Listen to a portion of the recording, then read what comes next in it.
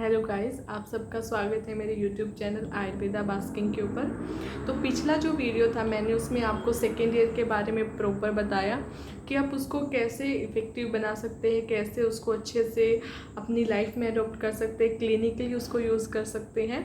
आज का जो वीडियो होने वाला वो है कि हम इन सब्जेक्ट के लिए फॉर यूनिवर्सिटी के लिए कौन सा बुक फॉलो करें।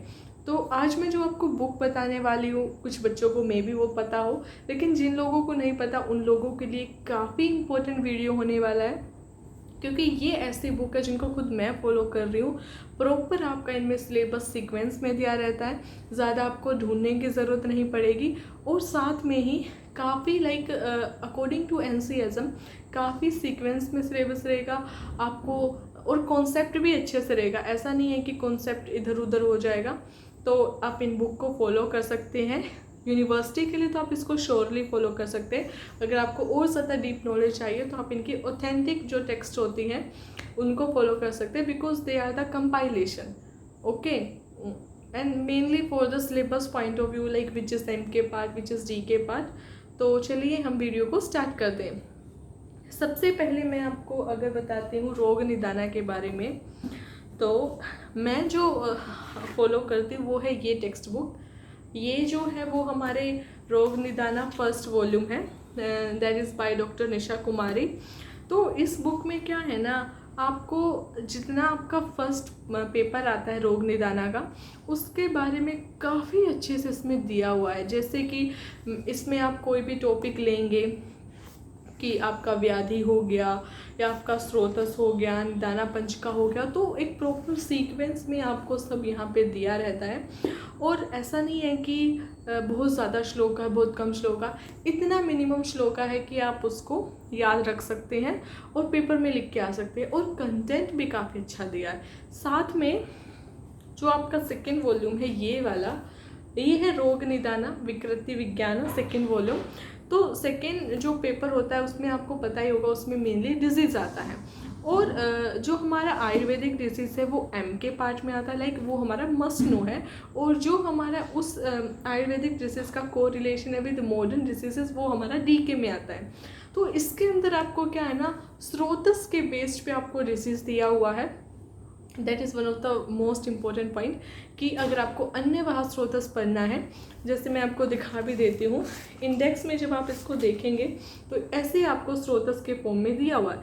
फॉर एग्जाम्पल अगर आप यहाँ देखेंगे डिजीजेस ऑफ प्राणवाह स्रोतस, तो यहाँ पे आप देख सकते हैं कि कासा स्वासा हिक्का। तो जब भी आप कभी कासा स्वासा सुनेंगे तो आपके मन में सबसे पहला ख्याल आएगा, ओ ये प्राणवाह स्रोतस से रिलेटेड है।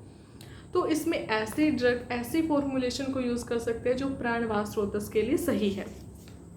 तो इस तरीके से आप इजली डिसीज़ को समझ सकते हैं। साथ में जब आप इसके अंदर डिसीज़ को पढ़ेंगे तो जब आयुर्वेदिक डिसीज़ ख़त्म होगा तो उसके साथ इसमें मॉडर्न कोरिलेशन आपको दिया रहेगा, प्रॉपर जितना आपको सिलेबस के अकॉर्डिंग पढ़ना है।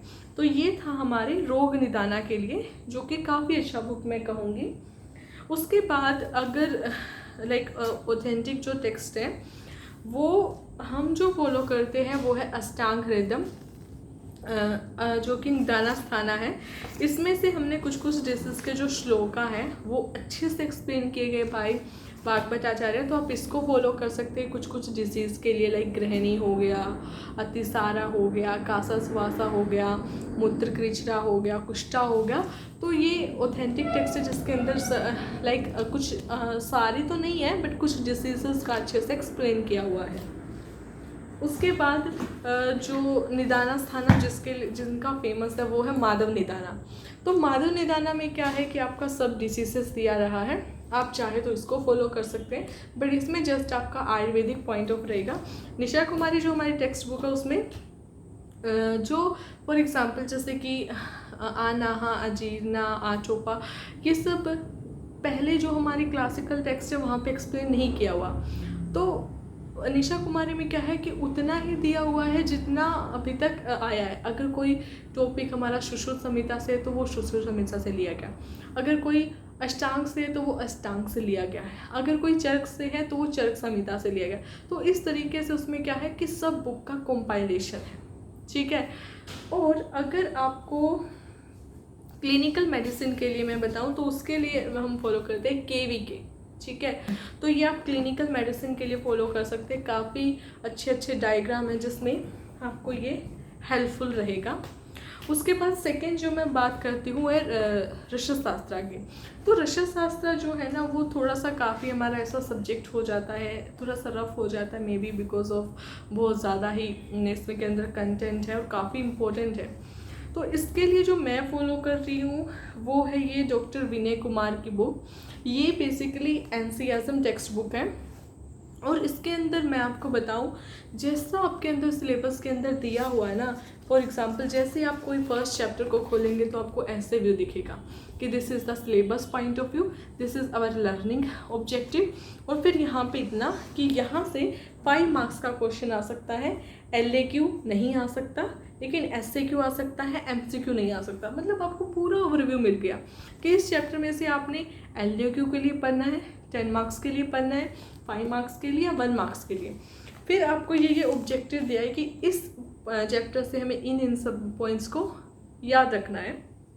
तो इस तरीके से ना हर एक टॉपिक को इसमें ऐसे दिया। ये है फर्स्ट वॉल्यूम पेपर 1 के लिए। उसी तरह जो अब मैं सेकेंड वॉल्यूम आपको दिखाती हुई है सेकेंड वॉल्यूम में इसमें क्या है कि मेनली हमारा फॉर्मूलेशन सब दिया रहता है। तो फॉर्मूलेशन में भी इसमें क्या है कि जो आपका सिलेबस के अंदर कॉन्टेक्स्ट दिया हुआ है, जैसे कि क्या है कि एक ही फॉर्मूलेशन को डिफरेंट टेक्स्ट में डिफरेंट श्लोका के साथ दिखाया रहता है, या फिर कुछ में इंग्रेडिएंट भी ऊपर नीचे हो जाते हैं। तो इसमें जो आपका फॉर्मूलेशन है, कंटेंट है, वो वही है जो आपका सिलेबस में रेफरेंस लिया गया है। इट इज़ फ्रॉम AFI और आयुर्वेदा प्रकाशा और भेषज रत्नावली। तो जिस टेक्स्ट से जो रेफरेंस सिलेबस में आपका दिया रहता है वो इसमें आपका लिया गया है। उसके बाद अगर मैं बात करती हूँ स्वास्थ्य के लिए, तो ये हमारा बुक है स्वास्थ्य के लिए, जो कि again as per the NCERT syllabus है।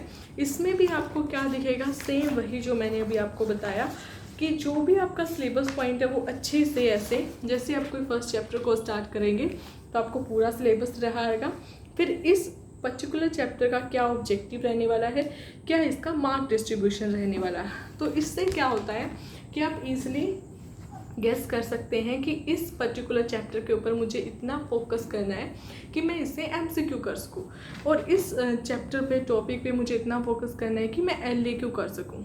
तो ये थे हमारे 3 सब्जेक्ट। अगर मैं द्रव्य गुणा की बात करूं तो ये है द्रव्य गुणा के लिए again this is by doctor Prakash and 2 volume for first paper and second paper.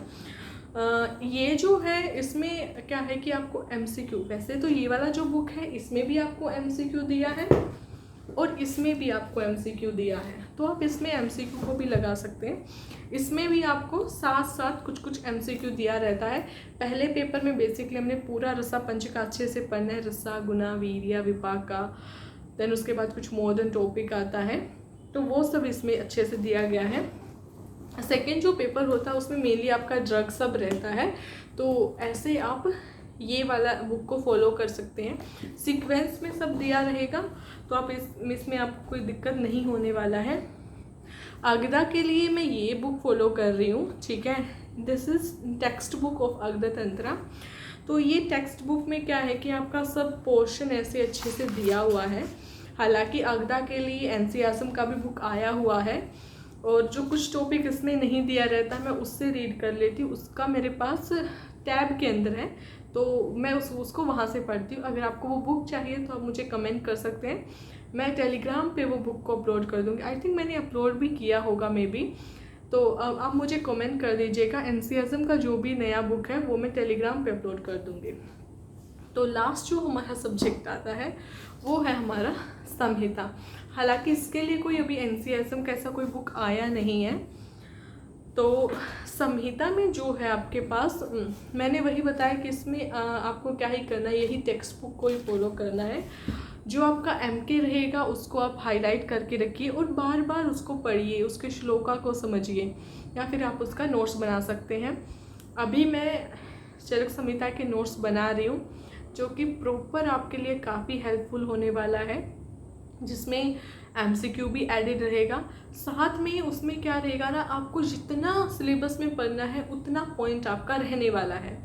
तो जब वो फुल तैयार हो जाएगा तो मैं उसको अपलोड कर दूँगी, अभी वो प्रोसेस में है।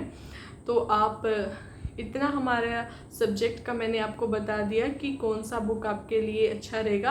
हालांकि और भी अच्छा बुक हो सकता है, बट मैं इनको ही फॉलो कर रही हूँ, तो मुझे ये काफ़ी सही लग रहे हैं, जिसमें प्रॉपर सब सिलेबस पॉइंट रहता है, सब पॉइंट मेंशन है।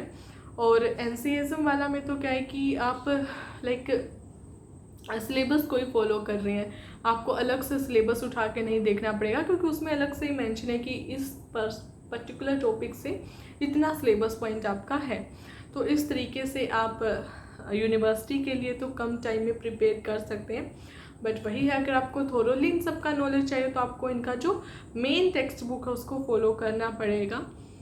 सेम रोग निदान के लिए कुछ और भी बुक हमारा रहता है, जैसे कि रोबिन हो गया, साथ में है और भी हमारे काफ़ी लाइक पैथोलॉजी का बुक रहता है, मेडिसिन का बुक रहता है, एग्जामिनेशन का रहता है क्लिनिकल मेडिसिन के लिए। तो वो सब आप फॉलो कर सकते हैं। और उनमें से सब कुछ को मैंने अपने टेलीग्राम पे अपलोड किया हुआ है, तो आप वहाँ से उसको डाउनलोड कर सकते हैं। तो आज की वीडियो के लिए हम इतना ही रखेंगे। Thank you.